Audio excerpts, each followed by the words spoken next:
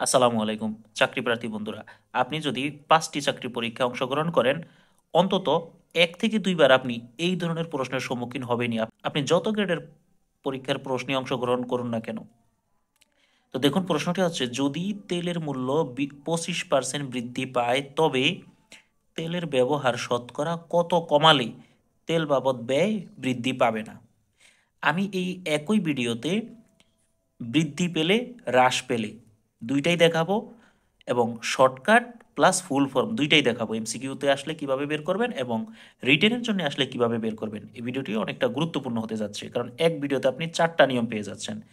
কিভাবে 4টা নিয়ম হলো, এটা আমি এমসিকিউতে 2টা নিয়ম দেখাবো। একটা হচ্ছে বৃদ্ধি পেলে আর একটা হচ্ছে হ্রাস পেলে।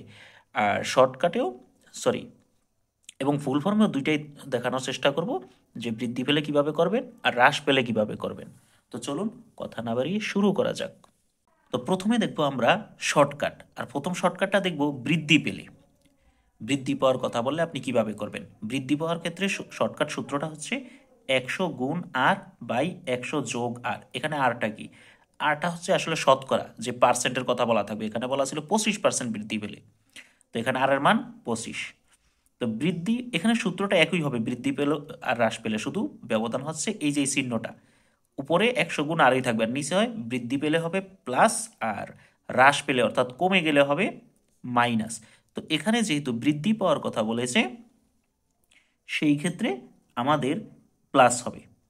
তো 100 গুণ আর বাই 100 যোগ আর, এই 100 100 আর এর মান 25, আর নিচে 100 যোগ আর এর মান 25। এবার 100 আর 25-এ গুণ করলে হয় 2500, সংক্ষেপে গুণ করলাম। 25 একে 25, 2 শূন্যের 2 শূন্য, আর 100 সাথে 25 যোগ করলে হয় 125। এবার 2500-কে যদি আপনি 125 দিয়ে ভাগ করেন, তাহলে হয় 20%। তাহলে আমরা শর্টকাট উত্তরটা জেনে গেলাম, 20%। এটা হচ্ছে হ্রাস পেলে আপনি কিভাবে শর্টকাট করবেন। তাহলে আমরা এই প্রশ্নের উত্তর পেলাম 20%। এবার দেখো, প্রথমে আমরা দেখলাম বৃদ্ধি পেলে। এইবার যদি এখানে একই প্রশ্ন যদি যদি বলা হতো যে 25% হ্রাস পেলে, তবে তেলের ব্যবহার শতকরা কত বাড়ালে তেল বাবদ খরচ একই থাকবে, এরকম প্রশ্নটা যদি হতো, তখন কিভাবে করতাম। তো দেখুন, সেইটাও দেখে নেওয়া যাক। তো দেখুন, যদি বলা হতো হ্রাস পেলে বা কমে গেলে, তখন আমরা শর্টকাটটা করতাম এইভাবে: 100 গুণ আর বাই 100 বিয়োগ আর। 100 গুণ ওই যে পার্সেন্টটা ছিল 25, বাই 100 বিয়োগ আর, আর এর মানও 25। এবার 100 আর 25-এ গুণ করলে হয় 2500, আর 100 থেকে 25 বিয়োগ করলে হয় 75। এবার 2500-কে 75 দিয়ে যদি আপনি ভাগ করেন, তাহলে 33.33। এইটা হচ্ছে হ্রাস পাওয়ার শর্টকাট। একই নিয়ম, জাস্ট চিহ্নটা, আর কিছু না। বৃদ্ধি পেলে প্লাস, হ্রাস পেলে মাইনাস। এইবার দেখাবো ফুল ফর্ম। যদি রিটেনের জন্য আসে, তখন আমরা কিভাবে করতে পারি। দেখুন, যদি রিটেনের জন্য আসে, তাহলে আমরা এইভাবে করতে পারি যে 25% বৃদ্ধিতে বর্তমান মূল্য, এটা বৃদ্ধি পাওয়ার ক্ষেত্রে 25% বৃদ্ধিতে বর্তমান মূল্য 100 যোগ 25 টাকা। যেহেতু 25%, তাহলে 25% মানে 100 সাথে 25 যোগ হবে, আর বৃদ্ধি পাওয়ার জন্যে প্লাস। আর যদি হ্রাস পাওয়ার কথা বলে, তাহলে এখানে মাইনাস হয়ে যাবে। তাহলে 100 সাথে 25 যোগ করলে হবে 125।